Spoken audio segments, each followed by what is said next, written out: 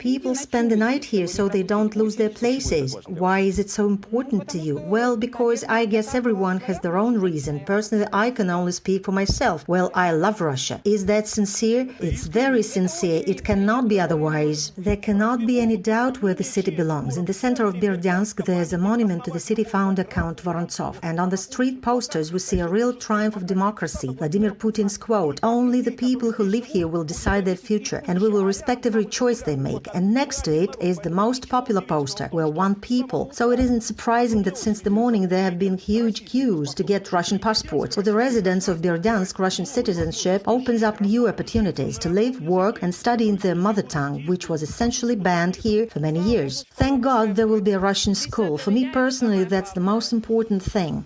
As we studied, so will our children.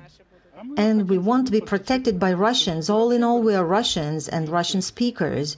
We live here, we were born here, but journalists from Western Europe are uncomfortable with this picture, to put it mildly. Our colleagues from the Middle East have also noticed this. All the people speak Russian. Those I have communicated with, they have a very relaxed, warm attitude towards Russia.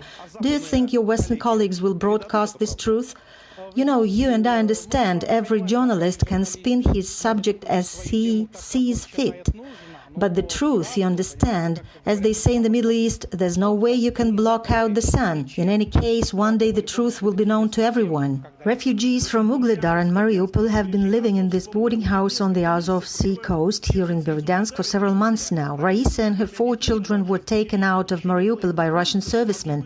The youngest girl was under 2 months old. For 24 days we were sitting in a cellar with the baby. We lived through a terrible thing. There was no light or water. We couldn't even wash our little one. Well, as soon as we hear a plane flying over Berdyansk, we run away frightened and we hide because we've seen too much. We hope that thanks to Russia everything will be all right. Foreign reporters show little interest in the tragedies of thousands of people in Mariupol. They want to hear something totally different. Excuse me for asking a silly question, but in the West they say that it was the Russian military who shot at you. We had no Russian military. Russians had not arrived yet. There were Ukrainians. We saw them looting our houses and shops. They were ripping out the bars with their cars, smashing windows with their rifle butts. They were robbing the shops. Well, who was doing that exactly? It's all Ukraine, Ukraine. Most foreign reporters refused to talk to us. A blogger from Germany shared the reasons for their strange behavior. If you go to any European news agency and offer them a report about what's happening here, will they accept it?